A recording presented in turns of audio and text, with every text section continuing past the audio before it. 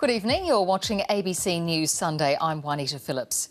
Millions of people have rallied across America and the world to protest against President Donald Trump. The women's marches were held in major US cities, including New York, Chicago and Los Angeles.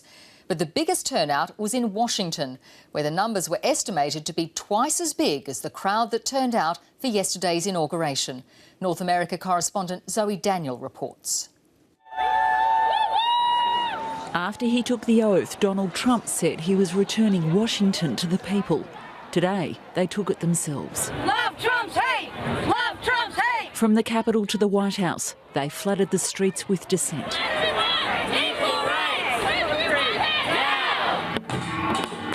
It was a women's march, born out of Donald Trump's comments on leaked tape last year about grabbing women in inappropriate places. That's it! Nasty girl! Who's that nasty girl? But it was a crowd that paid no heed to gender, race nor age. The president is not America. We are America. And we are here to stay. The revolution starts here.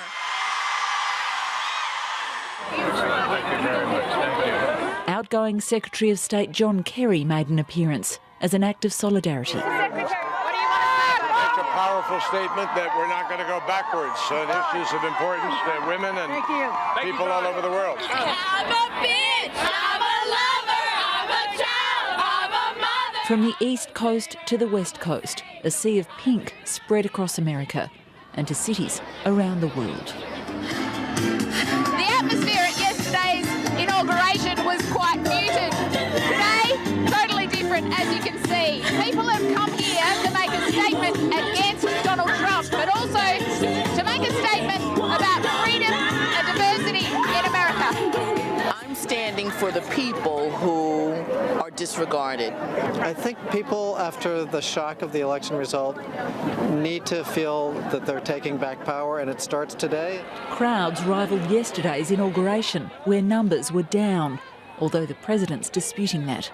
And I turn on the thing, and by mistake, I get this network. And it showed an empty field. And it said we drew 250,000 people.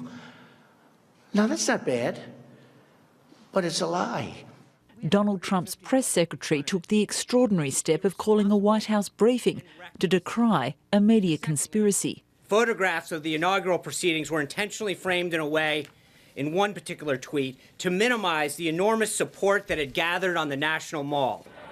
A complaint lost on the protesters outside. Trump, you're fired! The president has pledged to unite the nation. He's got 4 years to change their minds. Zoe Daniel, ABC News, Washington. Donald Trump has set himself an ambitious agenda for his first 100 days in office, and he plans to use executive powers to quickly make good on his promises. During his first full day in office, the US president visited the CIA, an organisation he recently criticised over its reports about Russian hacking during the election. But as North America correspondent Stephanie March reports, today Mr Trump was full of praise. President Donald Trump started his day by giving thanks before visiting the CIA to break bread. There is nobody that feels stronger about the intelligence community and the CIA than Donald Trump. There's nobody. For a president who's pledged to immediately unravel much of Barack Obama's legacy, he was sounding like a candidate in campaign mode. As you know, I have a running war with the media. They are among the most dishonest human beings on earth. Is Donald Trump an intellectual? Trust me, I'm like a smart person. He repeated his inauguration pledge to lead a war against the Islamic State group. But there was no detail on how. We have not used the real abilities that we have. We've been restrained. We have to get rid of ISIS. It's not the only war he's waging. One of his priorities is to protect American jobs. Donald Trump has promised to loosen restrictions on the energy sector and renegotiate trade agreements. If he were to enact massive tariffs, our trading partners could do the same thing, and that could end up backfiring and hurting American workers. Efforts to repeal Barack Obama's Healthcare Act are already underway. Donald Trump says he'll replace it with something better and cheaper. If you just end the program and you don't actually find a way to cover these people, then that might come back to bite Republicans in 2 to 4 years. Illegal criminal immigrants are also in his sights. He wants to start deporting them, build a wall with Mexico and suspend immigration from terror-prone regions. Donald Trump's top day one priority could be his most challenging.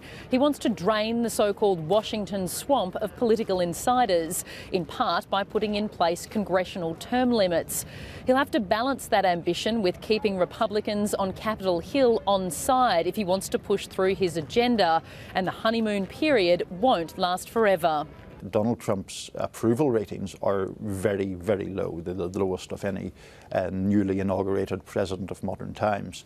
That's the kind of thing that could decrease his leverage with his fellow Republicans if his popularity does not improve. A delicate dance for a Washington rookie. Stephanie March, ABC News, Washington. In Melbourne,